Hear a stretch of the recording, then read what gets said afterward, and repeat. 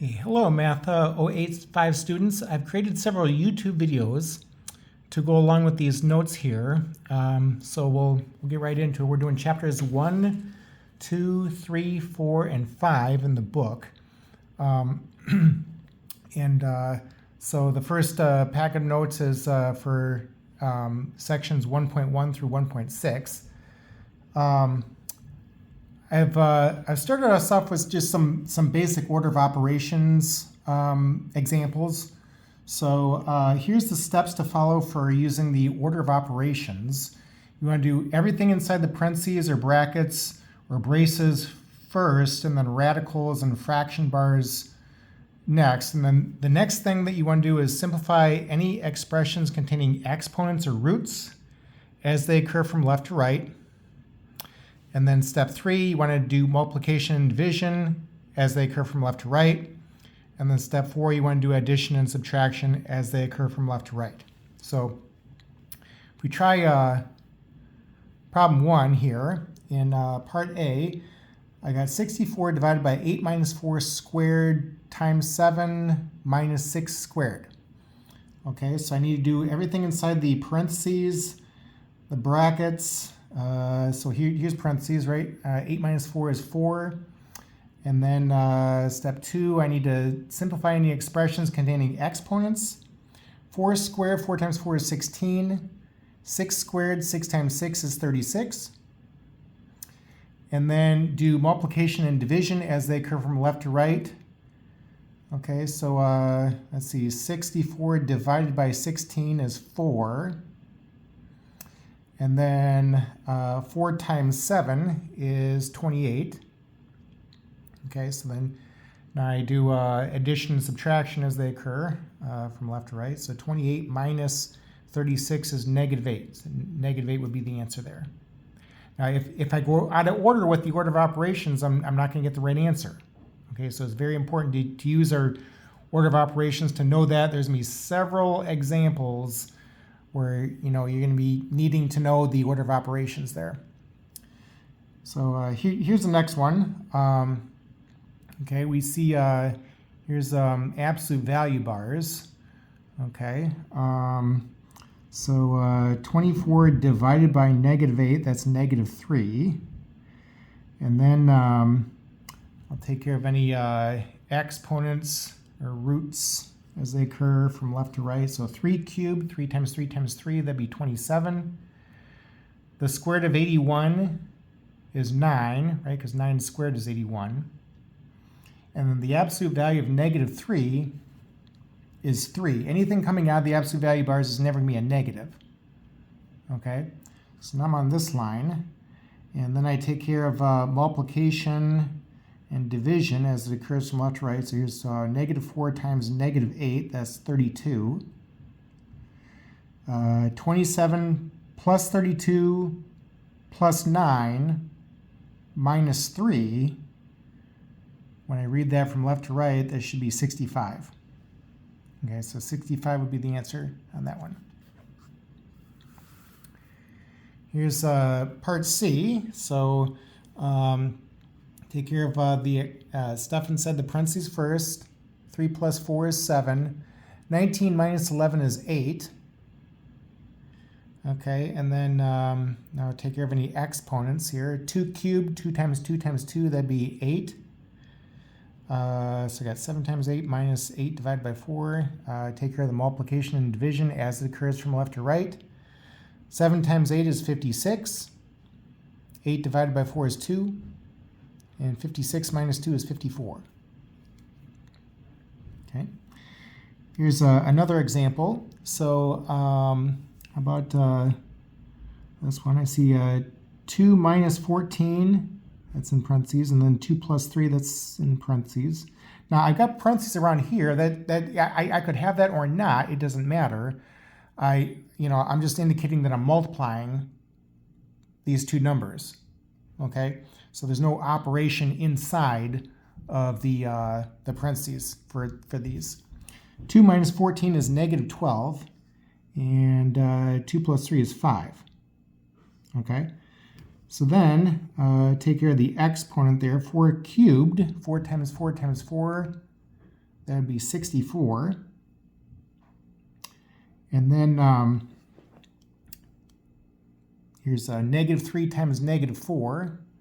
That's negative times negative is positive, right? So 12. Negative 12 plus 64 is 52 up top. And then 12 minus 25 is negative 13 down under. 52 divided by negative 13 would be negative 4. Okay, so negative 4 would be the answer on that one. Here's another one. So I got these absolute value bars. 12 squared is 144. 13 squared, 13 times 13, that'd be 169. Okay. Also, 9 plus 16 is 25. Okay. So then 144 minus 169 is negative 25. And the absolute value of negative 25 is 25. The absolute value means that, you're talking about distance from 0 to a number. The distance can't be a negative, right? So you're 25 units from 0 to negative 25. Also, the square root of 25 is 5. Okay.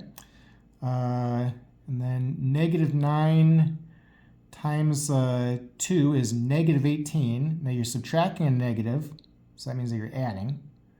18 over 25. 4 minus 9 is negative 5.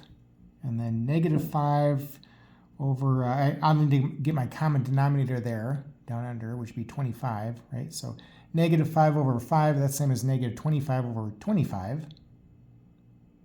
Plus 18 over 25. I keep the base and add the numerators. Negative 25 plus 18 is negative 7. So the answer would be negative 7 over 25. Okay. Here's another one. So let's see. We have these parentheses here, right? Negative 6 plus 14 is 8. Negative 7 plus 6 is negative 1. Also, 81 divided by 9 is 9. Okay. Then, let's see, 8 divided by negative 1 is negative 8. And then take care of these exponents here. It's negative 5 cubed, negative 5 times negative 5 times negative 5. That'd be negative 125. And the square root of 9 is 3, right? Because 3 squared is 9. So then at this point, take care of the multiplying. Negative 4 times negative 8 is 32. When we take negative 125 plus 32 plus 3, we get negative 90. Okay, so negative 90 would be the answer there. In problem 2, we're finding values of these square roots. So the square root of 9 over 49, well, if I'm only multiplying or dividing things underneath the radical, the square root sign, I can split the radical into 2. So I can say this is equal to the square root of 9 divided by the square root of 49. And the square root of 9 is 3. The square root of 49 is 7. Okay, so 3/7 that'd be the answer. Here's another one. The cubed root of 216. So what number cubed gives me 216? Well, let's see. 5 cubed is 125, right? We said that over up here. If you take 6 cubed, 6 times 6 times 6, that'd be 216. Okay, so the cubed root of 216, that'd be 6. Here's part C. We got negative the square root of 144. The square root of 144 is 12, right? Because 12 squared, 12 times 12 gives you 144. So the answer would be negative 12.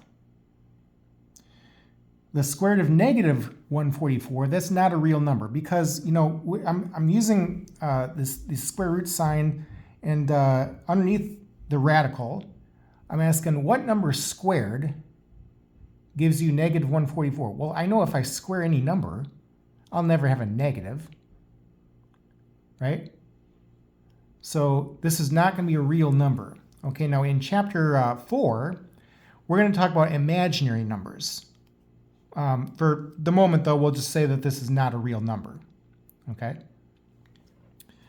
The square root of 32 times the square root of 2. So if I'm only multiplying or dividing two radicals, I can throw the radical over the whole thing and then multiply or divide the two numbers underneath it. So this is the square root of 32 times 2, which is 64. And that's how I want to think about this, because I don't know the square root of 32 or the square root of 2 off the top of my head, right? But the square root of 64, that's 8, because 8 squared is 64. Okay, here's another one. The square root of 63 divided by the square root of 7. I'm only dividing, so I can throw the radical over the whole thing. I got the square root of 63 over 7, that's 9, right? And the square root of 9 is 3, because 3 squared, 3 times 3, that'd be 9. Here's another one. 4 times 10 is 40. And then root 5 times root 5, that'd be root 25. Okay? The square root of 25 is 5. And so all I have to do here is take 40 times 5, that's 200. Okay? Now, I see sometimes where students will say this is equal to 40 times root 5. No, it's not. Root 5 times root 5 is not root 5. It's root 25. Okay? So the radical goes away completely there.